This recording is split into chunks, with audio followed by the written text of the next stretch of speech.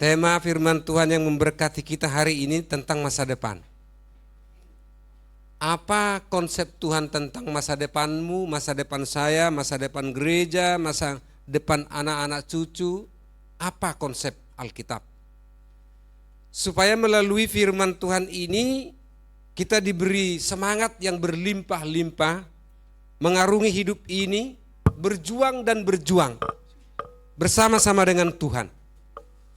Saya percaya ketika saudara membuka hati untuk firman Tuhan ini, saudara akan memperoleh kekuatan yang berlimpah-limpah kini dan ke depan. Baik menghadapi tantangan, baik menghadapi usaha, baik menghadapi dalam pekerjaan, apapun itu saya percaya Tuhan akan memberi kekuatan yang berlimpah-limpah. Karena begitulah konsep Tuhan untuk anak-anaknya. Bahwa masa depan kita, ya, orang-orang percaya ini, yang pertama sampai kepada kekekalan, itu dulu ya. Jadi masa depan kita tidak hanya di bumi ini, tetapi sampai kepada kekekalan, surga yang kekal. Itu luar biasa. Tetapi alangkah baiknya ketika kita masih menyongsong Tuhan di dunia ini, untuk masa depan kita, untuk kehidupan kita, untuk kekuatan kita, untuk kita menjadi berkat termasuk anak-anak kita, saudara-saudara, Tuhan menjanjikan berkat pertolongannya kepada saudara-saudara, kepada saya. Haleluya. Ini yang menguatkan iman percaya kita. Mari kita baca Yohanes 6 ayat 51.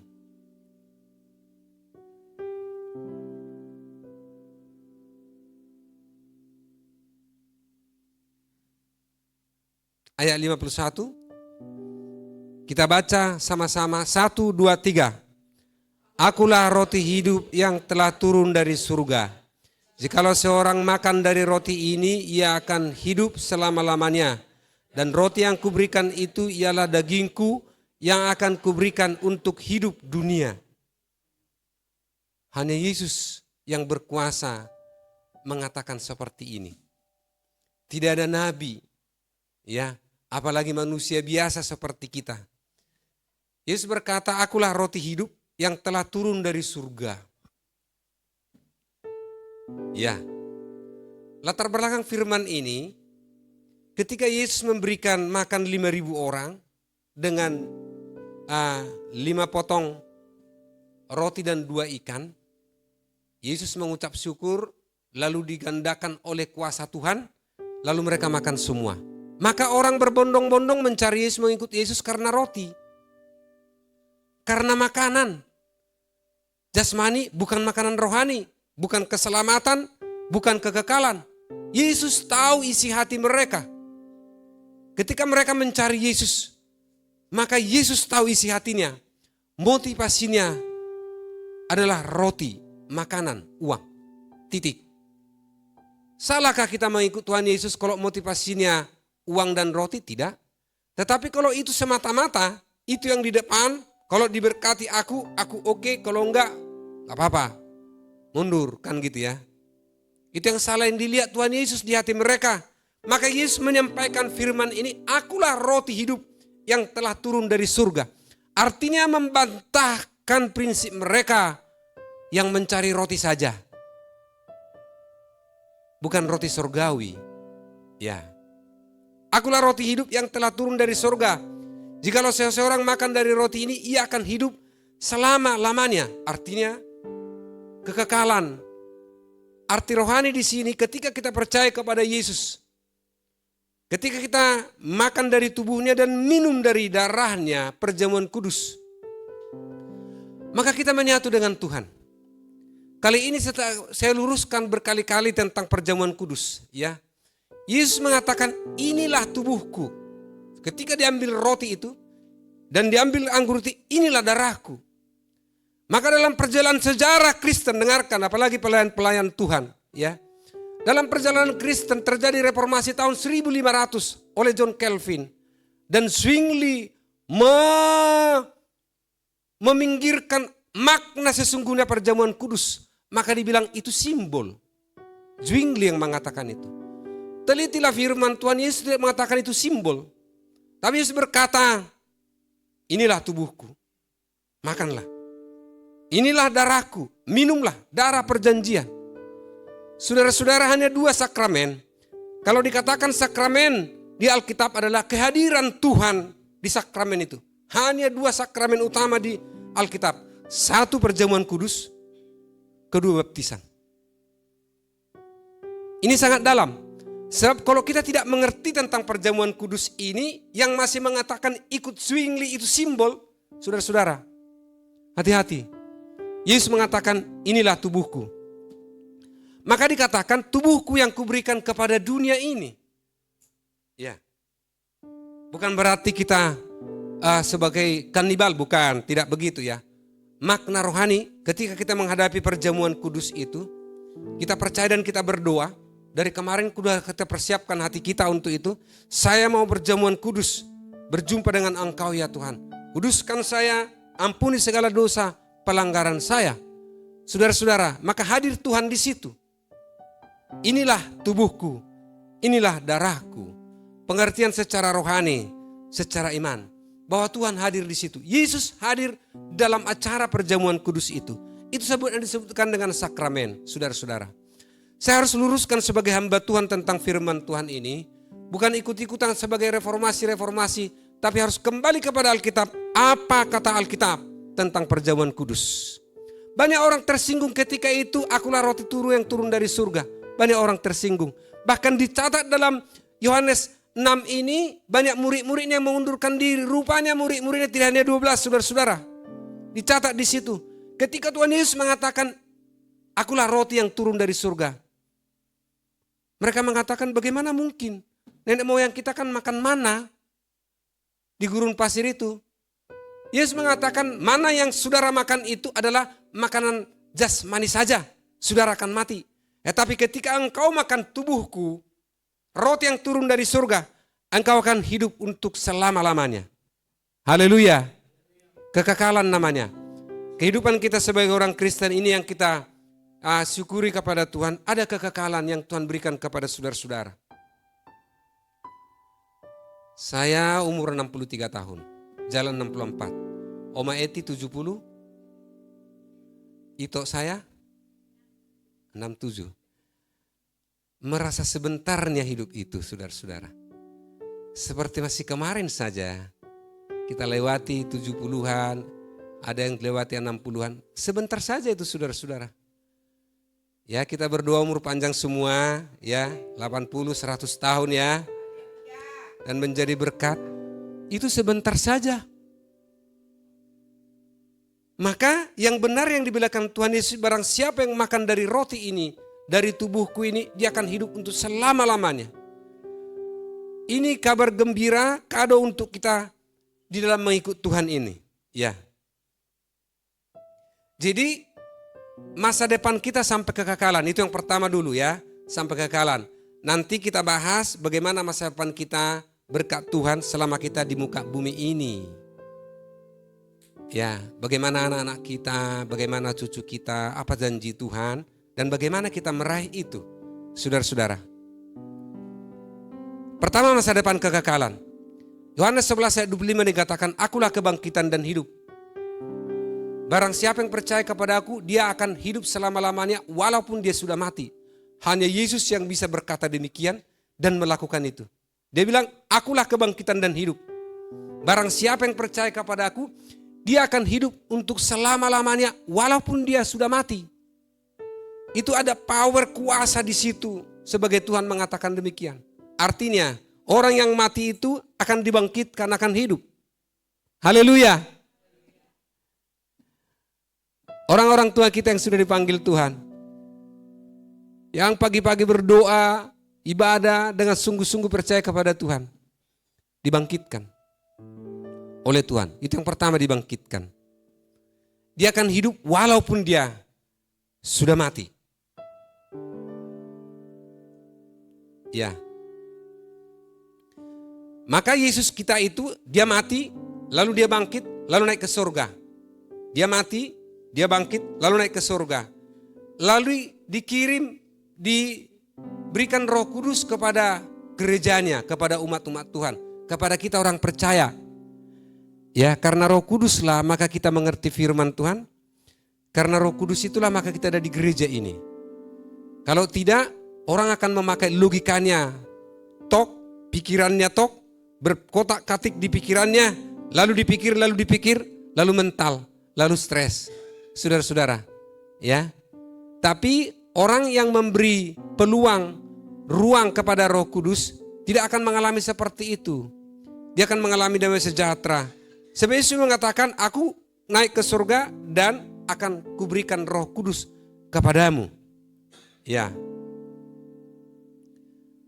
Nah, dalam kekekalan itu ada pengangkatan nanti. Kita udah seminarkan itu ya. Pengangkatan kedatangan Tuhan Yesus yang kedua. Dalam 1 Tesalonika 4, 16-17. Wahyu 19 ayat 11 dan 8 dan 16. Ya. Pengangkatan. Nanti pulang dari gereja ini, buka Google-mu, bilang, di mana ditulis pengangkatan, perintah langsung dituliskan di sini. Di mana dituliskan Yesus akan datang kedua kali dalam Alkitab, langsung ditulis di situ. Saudara-saudara, begitu gampang belajar Alkitab, ya. Bahkan ada pengangkatan. Ketika Yesus datang, maka orang-orang mati dibangkitkan lebih dahulu. Lalu orang-orang yang hidup, kalau kita masih hidup, kalau Yesus nanti datang, hari ini datang, maka diangkat kita bertemu dengan di udara. Lalu saudara akan mengatakan, lalu kemana mas yang saya simpan itu? Lalu kemana uang yang saya simpan? Lalu kemana rumah saya itu? Tidak ada artinya itu apa-apa. Nggak ada artinya itu apa-apa. Dibanding kemuliaan yang kita terima, berjumpa dengan Tuhan Yesus Kristus. Jadi jangan terikat hatimu dengan harta. Bukan berarti tidak dicari uang, tidak dicari harta. Nanti dengarkan khotbah ini. Bagaimana masa depan kita? Bagaimana kita berjuang? Bagaimana Tuhan pakai saudara-saudara melalui harta uangmu dan jabatanmu yang Tuhan percayakan kepadamu, termasuk anak-anakmu. Iya. Dan Yesus adalah sebagai hakim. Matius 25:36. Ya. Dikatakan, aku akan menjadi hakim dan memisahkan kambing dan domba. Kambing itu di sebelah kirinya dan domba itu di sebelah kanannya. Untuk sekalian kali saya sampaikan dalam khotbah. Yang disebut dengan domba adalah orang-orang yang percaya kepada Yesus Kristus. Yang disebut dengan kambing adalah orang-orang yang tidak percaya kepada Yesus Kristus. Semua kita percaya kepada Yesus kan? Haleluya. Itu modal utama. Percaya kepada Yesus. Modal utama itu. Ya.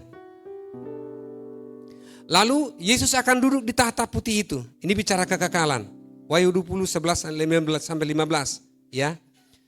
Dia akan duduk di tahta putih itu, hanya dia satu-satunya membuka kitab kehidupan itu. Barang siapa yang tertulis namanya di situ, barang siapa yang tidak tertulis namanya di situ, masing-masing punya konsekuensi. Berbahagialah saudara-saudara yang percaya kepada Tuhan Yesus, yang melakukan kehendaknya dan tetap fokus kepadanya. Nama saudara ditulis di situ. Haleluya. Itu masa depan kekekalan. Lalu sekarang kita bicara masa depan di dunia ini sebelum Tuhan Yesus datang. Apa yang harus kita lakukan? Bagaimana sikap kita di dalam berkarya, dalam bekerja, di dalam berusaha, di dalam berbisnis, ya. Saya selalu berdoa untuk dari gereja ini akan lahir orang-orang pengusaha, ya. Akan lahir orang-orang yang punya karir. Ya. Kalau bukan di kita, anak kita, di cucu kita. Kenapa? Doa saya jelas kok itu. Karena Tuhan juga sedang mencari partnernya. Ya. Untuk amanat agung. Tuhan mencari timnya. Ya.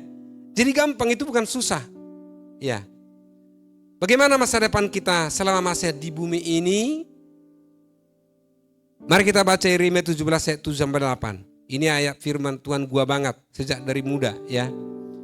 Ini menjadi ayat mas saya salah satunya. Yeremia 17 ayat 7-8, demikian firman Tuhan. Diberkatilah orang yang mengandalkan Tuhan, yang menaruh harapannya pada Tuhan. Ia akan seperti pohon yang ditanam di tepi air, yang merambatkan akar-akarnya ke tepi batang air, dan yang tidak mengalami datangnya panas terik, yang daunnya tetap hijau, yang tidak khawatir dalam tahun kering, dan yang tidak berhenti menghasilkan buah. Selama kita di bumi ini, ya, ini harus kita lakukan. Supaya kita diberkati Tuhan. Karena saya baca mulai dari Kejadian sampai Wahyu. Ya. Kejadian 1 ayat 26 sudah jelas Tuhan mengutus umat-umatnya memberkati. Saudara-saudara, ini bukan teologi kemakmuran. Ini adalah apa yang disampaikan firman Tuhan, apa yang dijanjikan menjadi kekuatan kita bertarung di lapangan, menghadapi singa-singa di lapangan. Anak-anak Tuhan pasti menghadapi singa-singa. Ya, tidak ada cerita. Anak Tuhan pasti menghadapi pembunuh-pembunuh bayaran. Saya hadapin itu waktu saya di lapangan. Saya diancam leher saya digorok. Jika aku terbitkan itu sertifikat JIS, itu kebanggaan DKI sekarang Indonesia, gedung olahraga. Saya tebas lehernya. Saudara-saudara akan menghadapi itu. Generasi-generasi akan menghadapi itu. Tapi kalau saudara jadi penakut, tidak bisa. Tapi kalau saudara benar, berjalan dengan benar, malaikat Tuhan menjagamu. Haleluya. Tidak bisa tidak berhadapan dengan itu. Karena Yesus berkata, kita diutus bagaikan domba di tengah-tengah serigala. Domba itu pasti menang. Haleluya. Karena Yesus. Saya sering berkata kepada Tuhan, kekuatan tadi tidak seberapa Tuhan. Saya orang lemah. Tapi saya bangga dengan Engkau. Yesus yang punya kuasa di bumi dan di surga. Diberkatilah orang yang mengandalkan Tuhan, yang menaruh harapannya pada Tuhan. Ketika kita menaruh harapan kita kepada Tuhan, maka akan ada kekuatan yang berlimpah-limpah di hatimu, mengalir di hatimu. Ya. Ketika engkau berharap kepada Tuhan, anak-anak sedang bergumul mencari pekerjaan, belum dapat Pak Pendeta. Aku juga mengalami itu. Ya. Satu tas lamaran saya dulu, semua lamaran kerja yang saya ambil dari Kompas. Ya.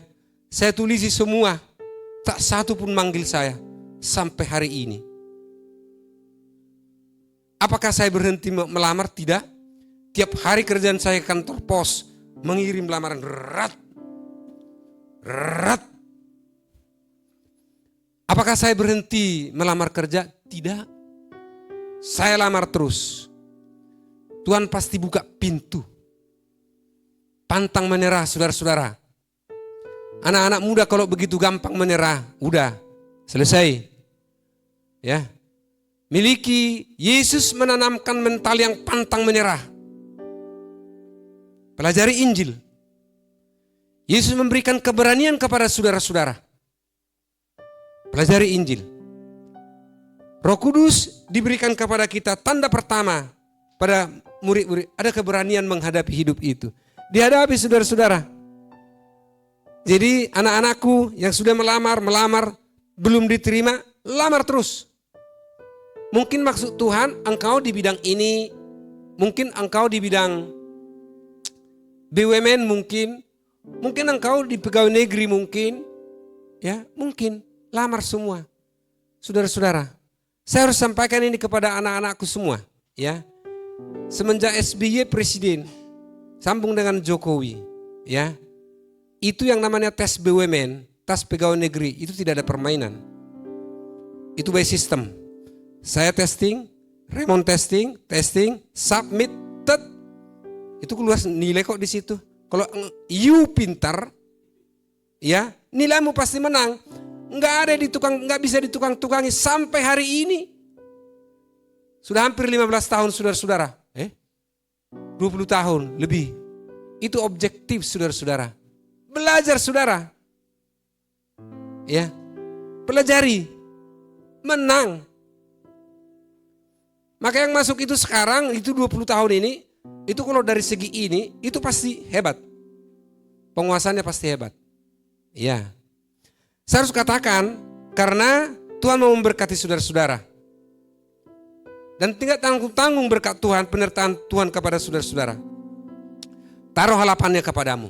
Ketika engkau berjuang, ketika engkau kuliah, ketika engkau berusaha, belum ada jalan keluar, belum ada tanda-tanda. Ketika engkau meletakkan pengharapanmu kepada Tuhan, engkau pasti mempunyai kekuatan yang berlimpah-limpah. Semangatmu berlimpah-limpah. Walaupun uangmu tipis, dompetmu sudah kosong, Aku percaya ketika engkau meletakkan pengharapanmu kepada Tuhan, kekuatanmu akan berlimpah-limpah. Bukankah kehidupan itu sudah kita lalui saudara-saudara ketika kita muda? Maka saya berdiri di mimbar ini saudara-saudara. Apa yang saya terima dari Tuhan, dari firman Tuhan yang kuhidupi, itu menjadi khotbah saudara-saudara. Haleluya. Ya. Yang daunnya tetap hijau, yang tidak khawatir dalam tahun kering, tidak khawatir dalam tahun kering.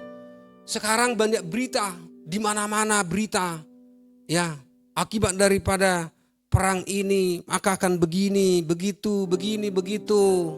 Ya. Ingat, energi negatif berkembang dengan negatif, lalu kau bawa kepada keluargamu, kepada anak-anakmu, maka jadi negatif. Tapi ketika engkau memperkatakan iman, energi yang positif dari Tuhan, itu akan menular, bertambah, menjadi positif, saudara-saudara. Menjadi pemenang. Tuhan menginginkan kita menebarkan energi yang positif. Ya, ada 2 negara di dunia yang hebat, ya, yang nggak bisa diklik listriknya mati. Ya, satunya Indonesia. Kenapa? Karena listriknya batu bara, bukan dari nuklir. Ya. Jadi listrik negara yang nuklir itu bisa dipadamkan dari jarak jauh. Tak, selesai. Indonesia tidak. Kenapa itu tidak disebarkan di grup-grup? Ya, kebetulan saya punya grup yang banyak yang sebelah, ya. Ya. Grup ini karena ini kan latar belakang saya kan gitu ya.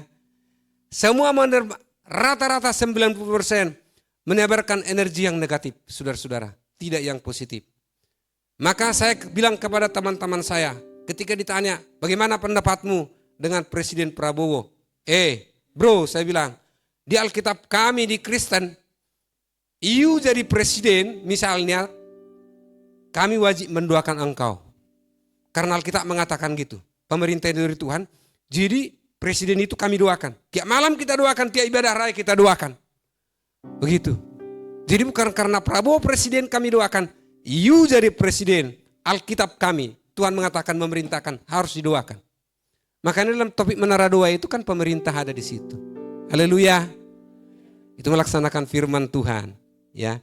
Jadi sebarkan energi yang positif, iman percaya, dan itu akan menular kepada anak-anakmu saudara-saudara. Jangan buat anak-anakmu jadi penakut saudara-saudara. Saya mendoktrin anak-anak saya supaya jadi pemberani karena benar. Ya. Demikianlah cara Tuhan menolong anak-anaknya. Kalau sudah takut gak ada lagi rumus lain. Gak bisa lagi, rumus apa lagi mau dibuat. Udah takut duluan. Ya, gak bisa. Tuhan memompa semangat, memberi semangat kepada saudara-saudara sekalian. Nah, di dalam kehidupan ini, dalam masa depan, kita harus belajar mata pencaharian dari Yakub. Bagaimana Yakub berbisnis? Dia kan pebisnis. Ternak.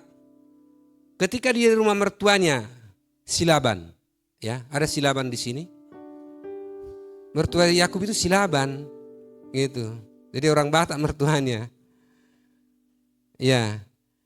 Karena domba yang kecil sedikit itu memang berbintik, maka diberikan kepada mantunya upahmu yang berbintik itu. Karena pemandangannya si Laban yang sedikit. Yakub dengan iman percayanya beda. Ketika para domba-domba itu minum air, lalu diambil dahan-dahan yang berbintik-bintik, dikasih di matanya. Itu bahasa iman saudara-saudara. Ya, kasih di matanya. Ketika domba-domba itu berkelamin, maka dahan-dahan yang berbintik-bintik dikasih di depan matanya. Artinya, seraya berdoa kepada Tuhan, lahirlah domba-domba yang berbintik-bintik. Apa yang terjadi? Dari minoritas menjadi mayoritas. Dombanya Yakub lebih banyak yang berbintik-bintik. Nanti cari di Google berapa domba yang dikasih kepada abangnya Esau. Ribuan dikasih. Ret. Ini untuk abangku. Sudah ada yang memberikan ribuan domba kepada abang dan adiknya di sini? Mungkin satu domba aja kita dikasih udah ngomong kemana-mana kan. Yakub karena pencahariannya usahanya baik. Ribuan dikasih ke abangnya. Lebih banyak lagi sama dia. Kenapa? Dia berusaha berdasarkan iman pengharapan kepada Tuhan dan pantang menyerah. pantang mundur, apapun itu, dihadapi semua. Itu cara Yakub untuk masa depannya, untuk kehidupannya. Maka tidak boleh ada mundur, maju terus. Tuhan ada di situ. Mungkin kadang-kadang diuji, ya. Kalau ujian itu dari Tuhan, kalau pencobaan itu dari setan, ya. Kalau itu ujian dari Tuhan, hanya menunggu kesabaranmu, ya, jalan terus. Tapi kalau itu pencobaan dari setan, dalam nama Yesus pencobaan lepas, begitu, ya. Lalu belajar wira swasta dari para rasul, dia udah rasul loh, ya. Petrus, Paulus itu udah rasul, dia masih berusaha, dia pebisnis saudara-saudara, dia pengusaha tenda saudara-saudara. Supaya aku tidak menjadi beban kepada saudara-saudara, maka aku bekerja, kata para rasul. Aku berusaha, kata mereka. Saudara-saudara yang terkasih dalam nama Tuhan Yesus Kristus, berasal dari rasul itu. Bagi saudara-saudara yang di kantor, di perusahaan, yang mau naik karir, belajar meniti karir dari Yusuf. Saudara-saudara, dari Yusuf belajar. Aku idola banget dengan Yusuf mulai dari aku kecil. Diajarkan guru sekolah minggu saya. Guru sekolah minggu saya kalau mengajar gak pernah buka Alkitab, itu hafal semua. Ceritakan bagaikan cerita yang mengalir dan nancap di otak saya. Dan ingat, anak-anak 4 tahun itu, 5 tahun, ketika engkau mengatakan kepadamu sesuatu yang baik, itu diingat selama-lamanya. Kalau udah umur begini, umur 50, udah gak ingat lagi apa yang dibilangkan. Malah kita ingat yang masih kecil. Saya masih ingat doktrin bapak saya waktu kecil sampai kepada saya. Umur 4 tahun. Jadi anak-anak yang masih, orang tua yang punya anak-anak sekarang 4-5 tahun. Waktunya engkau mengajarkan siapa Tuhan Yesus. Ajarkan. Ya, siapa Yusuf? Yusuf itu minoritas, hanya satu saudara-saudaraku. Ya, udah dijual, lalu difitnah, lalu masuk penjara. Tak satu pun kata saya baca dalam Kejadian. Saya sekarang belajar di Kejadian 46 kalau nggak salah. Ya, tentang Yusuf. Tak satu dia mengeluh. Tuhan engkau memberkati aku, kok aku masuk penjara? Enggak, dijalanin aja itu. Penjara. Ya. Tapi dari penjara itulah tangan Tuhan mengangkat dia. Karena ada temannya yang bermimpi.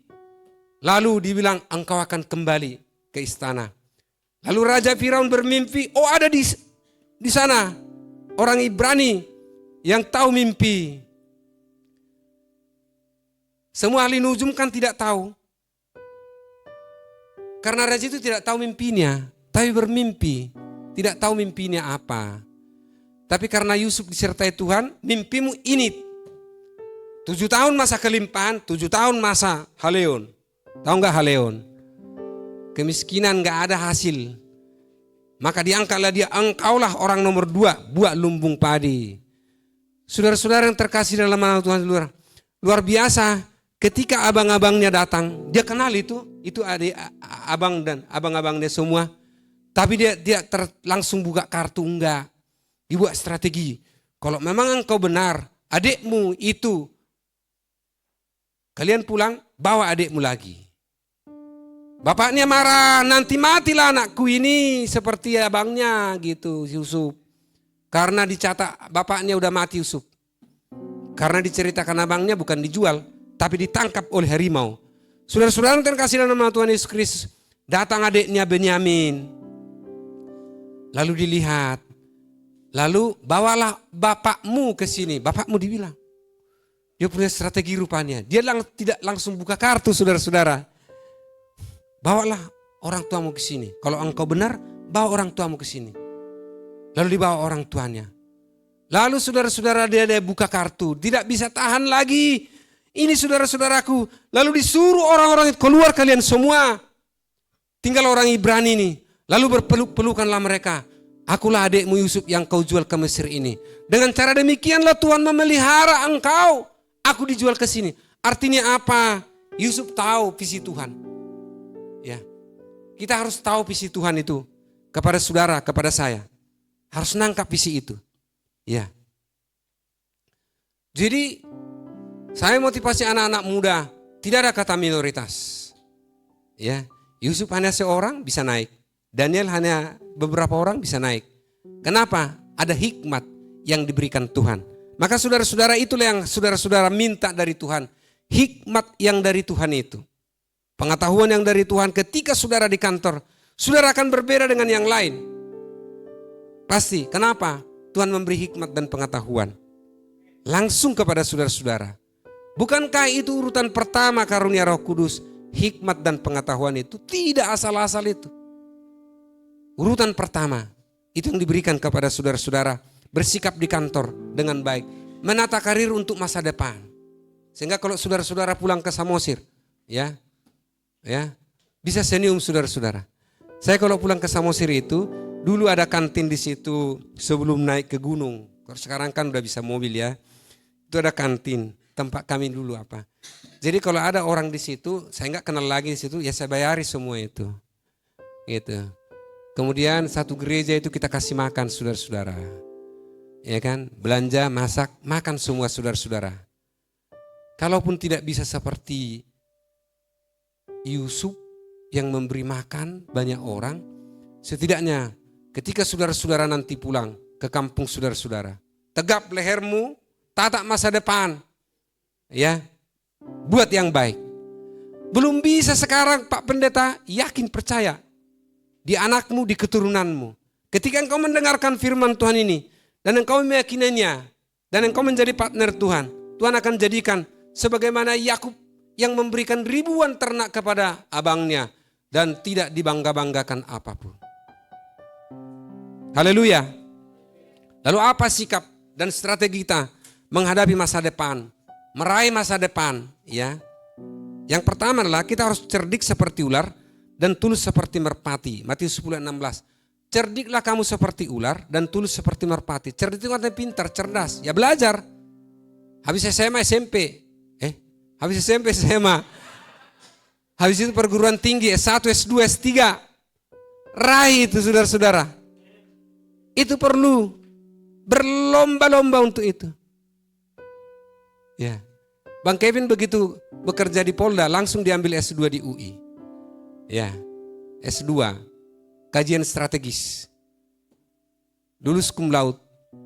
Begitu Edo udah lulus, kerja, sambil kerja, ambil S2 di UI. Lulus saudara-saudara. Ya kan? Nah saya bilang, kalau abang begitu, ya kamu nanti S2, S3 di UI. Ya. Anak-anak begitu ya. Kuliah engkau. Yang sudah berkeluarga, yang sudah bapak-bapak, mama-mama, enggak apa-apa. Memulai itu yang susah. Kalau sudah dimulai, doyan. Kuliah begitu. Berat memulai. S2 yang paling susah di muka bumi ini menurut saya, magister kenotariatan. Karena semua harus ditulis, akte berhalaman-halaman, ratusan halaman harus tulis tangan, saudara-saudara. Salah ganti lagi, saudara-saudara. Saya lalui itu. Saudara-saudara, umur 50-an tahun. Ingatan sudah mulai. Aku kaget waktu itu. Dulu waktu S1, Fakultas Hukum, semua bisa saya hafal pasal-pasal itu. Kalau umur 50, jangan coba-coba. Ya.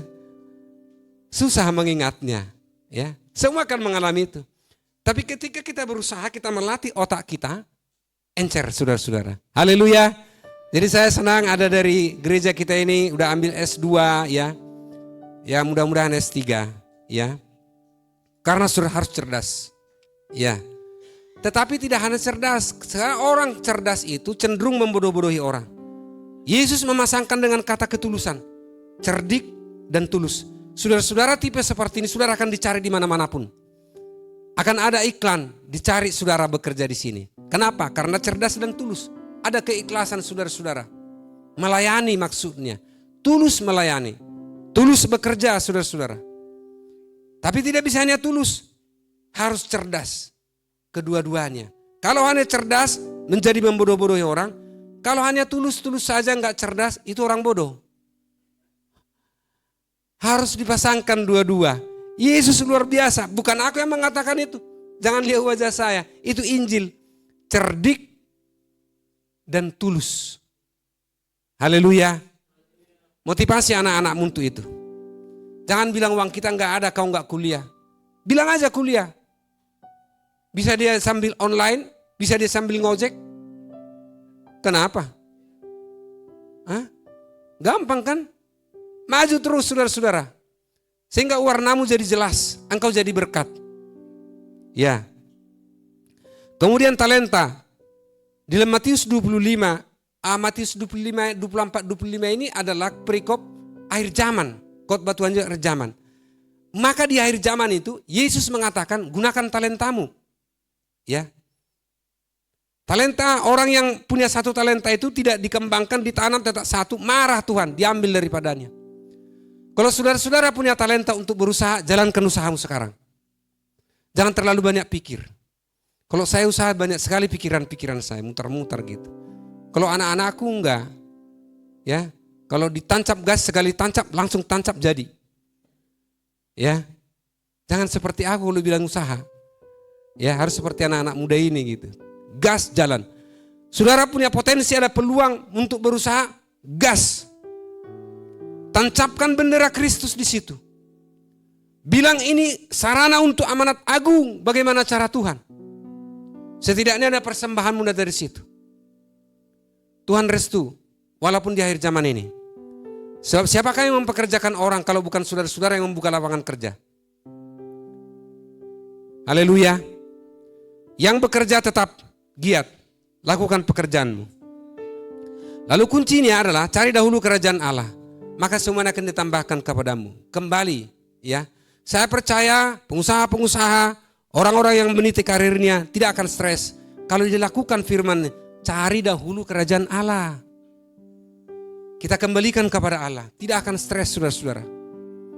Generasi-generasi apapun, gadget apapun kalau dilakukan ini tidak akan stres saudara. Harus kembali kepada firman Tuhan. Tapi kalau kembali kepada pikiran saudara, pagi saudara berpikir, siang saudara berpikir, malam saudara berpikir terus, berpikir tidak ada action, maka penuhlah pikiranmu. Itu namanya stres. Tapi ketika engkau sudah berencana pagi-pagi, lalu malam hari kau lipat tanganmu, berdoa, engkau berlutut, Tuhan, ini rencanaku. Jikalau Tuhan berkehendak buka jalan, melangkah. Haleluya. Karena kalau tidak melangkah itu akan menjadi angan-angan saja. Hanya angan-angan saja, besok berangan-angan lagi. Ya. Jangan kayak di angan-angan, saudara-saudara. Action harus ada. Ya. Kembali kepada Tuhan, cari dahulu kerajaan Allah. Itu misi yang pertama gereja ini. Ya. Saudara akan bahagia. Di tengah-tengah kesulitan, saudara-saudara akan sejahtera. Oleh karena itu setelah kita membaca, mendengarkan firman Tuhan ini, bahwa masa depan kita sampai kekekalan, dan sebelum kepada kekekalan itu kita tolong minta imani penyertaan Tuhan dalam kehidupan kita ini, ya setidaknya makan minum kita dipelihara oleh Tuhan, ya. Maka saatnya kita menata ulang pola pikir, pola tindak, dan sesuaikan dengan Injil. Saatnya kita berpikir hari-hari ini, di tengah-tengah perang yang berkecamuk ini, di tengah-tengah BBM yang mulai naik ini, saudara-saudara, kalau subsidi belum naik, ya, Dex naik memang, ya, kalau subsidi nggak ada naik sampai Desember, ya kan? Saatnya kita menata ulang pola pikir kita. Sudah benarkah pola pikir saya ini? Baik dalam kehidupan berkeluarga, baik dalam kehidupan penata layanan jemaat, baik dalam kehidupan bekerja, berbisnis, dan memulai usaha. Sudah benarkah pola pikir saya ini? Kalau tidak benar, mari kita benarkan sesuai dengan Injil. Sebab saudara-saudara kan dipakai Tuhan dengan dahsyat dan luar biasa. Pola tindak kita bagaimana? Suami istri misalnya, kalau selama ini komunikasinya tidak pas, ya dirubah. Dikendorkan sedikit suara itu, dari melengking-melengking, suara dua begitu turunkan sedikit nadanya, itu rumah akan sejuk saudara-saudara. Tapi dari suara 3 masuk lagi suara 5, repot itu. Saatnya menata ulang. Saya juga harus menata ulang. Tuhan sudah benarkah ini? Tentu saya ambil waktu di hadapan Tuhan. Tentu saja ada waktu yang tenang merenung di hadapan Tuhan. Tuhan buka apa yang tersembunyi. Jangan ada yang tertutupi. Maka roh Tuhan akan membuka itu kepada saudara-saudara, kepada saya. Begini anakku. Ada waktunya. Tata ulang pola pikir kita, pola tindak kita. Sesuaikan dengan Injil. Sesuai dengan apa yang dikatakan Roh Kudus kepadamu. Dan ingat, jaminan masa depan yang saudara doakan itu. Mau mulai bisnis, mau apa, Roh Kudus adalah jaminan segala sesuatu yang telah disediakan bagi kita. 2 Korintus 5 ayat 5. Rohnya Tuhan itu jaminannya kepada kita untuk memperoleh segala sesuatu yang disediakan Tuhan untuk saudara-saudara. Di keluarga saudara-saudara, untuk anak-anak saudara-saudara. Itu jaminannya. Tidak ada jaminan yang lain. Kalau kita curhat kepada orang, paling dibilang iya kasihannya gitu. Gak ada yang menolong saudara-saudara. Tapi ketika saudara curhat kepada Tuhan, ya, diberikan jalan keluar, ya, solusi yang terbaik. Sebagai master key daripada segala kunci yang kita dengarkan firman Tuhan tentang masa depan ini adalah berbahagialah orang yang miskin di hadapan Tuhan. Matius 5:3. Itu kuncinya. Berbahagialah orang yang miskin di hadapan Tuhan. Miskin di sini adalah bukan miskin uang, bukan miskin materi, bukan miskin pengetahuan. Tapi yang dimaksud dengan miskin di hadapan Tuhan, kita selalu mau bergantung dengan Tuhan. Mau zaman apapun saudara-saudara, mau generasi apapun yang sedang dihadapi. Ketika saudara bergantung, mengerti firman ini dan melakukan, miskin artinya selalu haus berjumpa dengan Tuhan, berdoa dengan Tuhan, rindu dengan ibadah saudara-saudara. Berbahagialah saudara.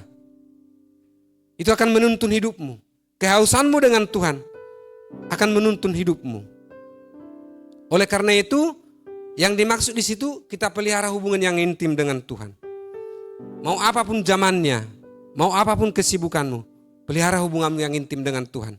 Lewat doa, lewat persekutuan, lewat ibadah, lewat membaca firman Tuhan dan melakukan firman Tuhan. Tips yang kedua, sebagai kunci dari segala kunci masa depan ini, miliki keberanian yang dari Roh Kudus. Bukan keberanian dari dunia ini, saudara-saudara, tapi dari Roh Kudus. Miliki keberanian, karena kan semua yang kau dengar hari ini itu akan menjadi teori, tidak akan teraplikasi ketika engkau tidak memiliki keberanian. Oleh karena itu kita harus berdoa, Tuhan, penuhi aku dengan Roh Kudus-Mu, karena Roh Kudus itulah memberikan keberanian kepada saudara-saudara menghadapi segala sesuatu, menghadapi tantangan, menghadapi kesulitan apapun. Saudara akan eksis di situ dan saudara akan menang di situ. Haleluya. Itu janji Tuhan, itu pesan Tuhan kepada saudara-saudara, kepada kita semua. Sebagai penutup dari firman Tuhan ini, para pelayan maju ke depan, WL maju ke depan. Ya.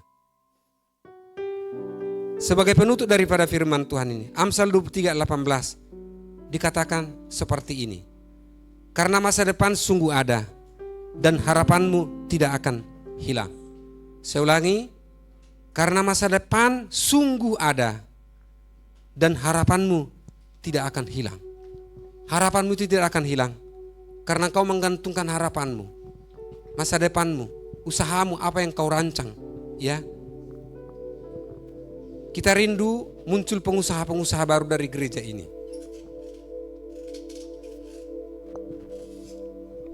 Untuk kepentingan amanat agung. Tidak ada kepentingan yang lain. Kalau itu saudara merasa di situ, ketika berdoa, ini aku Tuhan, pakai aku untuk itu. Mungkin dari usaha, mungkin dari profesi, apapun yang Tuhan percayakan kepada saudara-saudara. Dan tetap konsisten di situ. Hidup itu naik turun, apapun itu, ada saatnya naik, ada saatnya turun. Tetapi ketika engkau berharap kepada Tuhan, pengharapanmu tidak akan sia-sia. Dan tenagamu tidak akan habis. Engkau akan berjalan tidak letih, berlari tidak lesu, terbang bagaikan burung Raja Wali. Di atas kekuatan saya yang Tuhan berikan kepada saudara-saudara.